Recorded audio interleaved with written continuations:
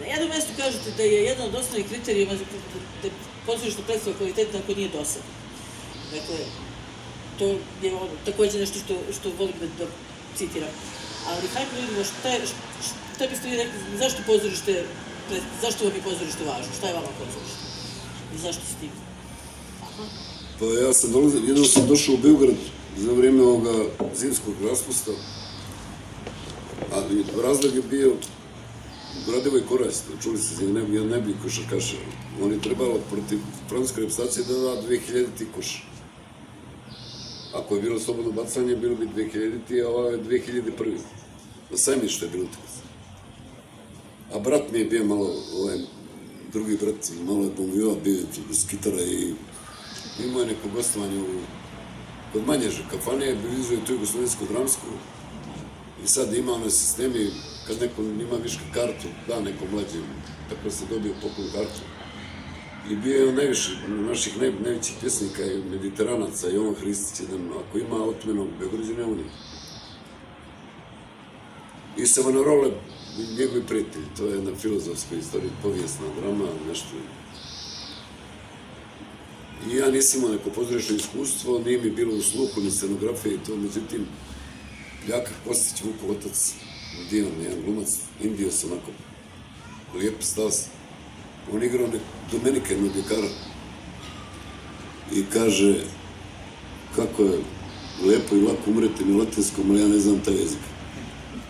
I ja potpuno kažem, budala jedna, sad ti ćeš da procenjuješ i nisam samo zbog toga, nego Unikšić je imao, eto to su par dok sam gledao, on imao stalni ansambl, isto jednu zgradu staru, dolaze su glumci iz Jugoslavije, pravili su Veljko Mandić, pa Drago Malović iz ovih serija, ali Sabrija Bistorijan Zagreb, pa neki Popović iz Kragovica, ozbiljni. Recimo, kad su igrali Virginia Woolf 66, to sam zapamtio, igrali su genijalni glumci Cica Perović, Ružica Sokić, Ljiljana Krstić i Vlada Popović. I posle Slobodan Perović. Pogledajte, molim vas, to može da se nađe, Paviljon broj 6. To je po Čehovu. Izvrsno, jedan TV film. Radio jedan Rumun. Pintilije učio. On kaže, imao se užasnu tremu.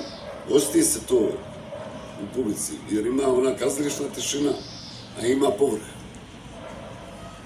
I ja sve znam, pošto sam nešto i radio sa Savinom ili Svidanom i tako, sve znam kako oni ulaze u garderobu, kako se pripremio, ali svejedno, na sceni, ako je dobro odigrano, uvidu vas u smrt, u ljubavu i to je uzbuđenje da... A sve je u stvari pozorište. I predstave, i ovako ovi razgovori to. I imao sam dosta prijatelja glumaca da Petar Kralja, čudesan jedan čovjek, jedino s njim nikad nikoga ne možete dogovarati, ne da on iz svog dostojanstva. Da sam učio od njega kako se igra s partnerima, igrao je u Harvu garderobe. S Ljubom Tadić, koji je veliki glumac, užasno teško, on gleda da li ćete rampu da pređete, ko će prvi, tako, uglovi sve. Petar je to tako podnosio. I Harvud, na jednoj zatvorenoj večeri u Maderiju, on je rekao, nisam, igrao je Denis Kerijan, čuveni. On je rekao, najbolji garderober koga sam ja gledao u životu. A mogo je da igra od Tole Manojlovića do Hamleta. Ja sam ga poklinac. Evo sad šizofrenija radi fusnote.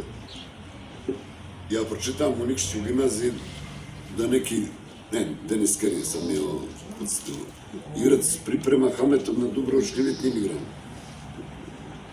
I ja ubijedim sebe da će doći George Best, tada najbolji futbaler, igrac, čudno. A zašto nema razloga da on dođe, kako, zašto? A ja idem zbog njega da vidim, mislim kao po igrici. Nisam, ali sam vidio Peru Kralja kao Hamlet.